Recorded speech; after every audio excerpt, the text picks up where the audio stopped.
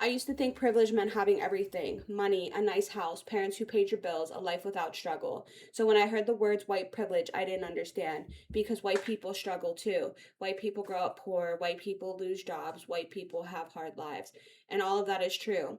But I learned that privilege doesn't mean your life has never been hard. It means the color of your skin wasn't one of the things making it harder. And once I understood that, I started seeing the difference. I saw it in criminal justice. George Floyd lying on the pavement telling the world he couldn't breathe. His death became a moment millions of people watched, but the conversation was bigger than one man. It raised questions about who is feared, who is protected, who is considered dangerous, and whose pain we try to explain away.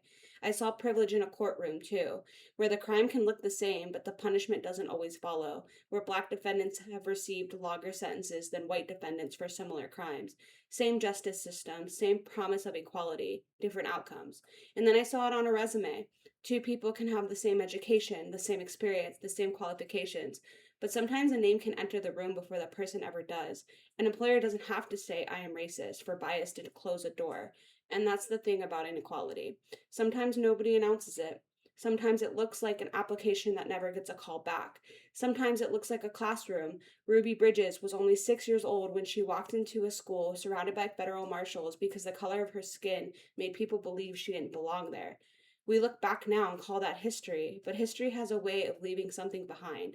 We say everyone has access to an education, but not every child walks into a school with the same resources. Not every neighborhood has the same opportunities, and even the history we learn can tell us whose stories matter.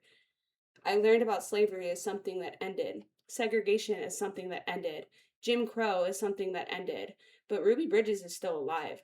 Suddenly, segregation doesn't feel quite as ancient as the textbooks made it seem, because history doesn't disappear when a law changes, it leaves something behind in neighborhoods, in schools, in wealth, in families, and institutions. Some families were able to build wealth and pass it down. A house becomes equity, equity becomes opportunity, opportunity becomes inheritance, and other families were legally denied some of those same chances. Then generations later, we look at the difference and ask, why don't they just work harder? Maybe that's what I misunderstood before. White privilege isn't a promise that a white person will succeed. It isn't saying they never struggled, and it isn't saying they should feel guilty for being white. It's recognizing that we can live in the same country, follow the same laws, work just as hard, sit in the same classroom, apply for the same job, stand before the same justice system, and still not experience them in exactly the same way. I heard someone ask what white privilege really means, and I realized maybe the answer isn't found in what you have, but in the obstacles you never had to overcome. Maybe that's why the words white privilege make people uncomfortable, because it's easier to believe that the starting line is equal than to ask who placed it there. It's easier to say I treat everyone the same than to question whether the systems around us do the same. Privilege isn't always something you could see, sometimes it's something you've never noticed. A door you never wonder would open, a history you never had to defend, a stereotype you never had to disprove, a system you never had to question because for you it worked exactly the way you thought it should. So maybe recognizing privilege isn't about guilt.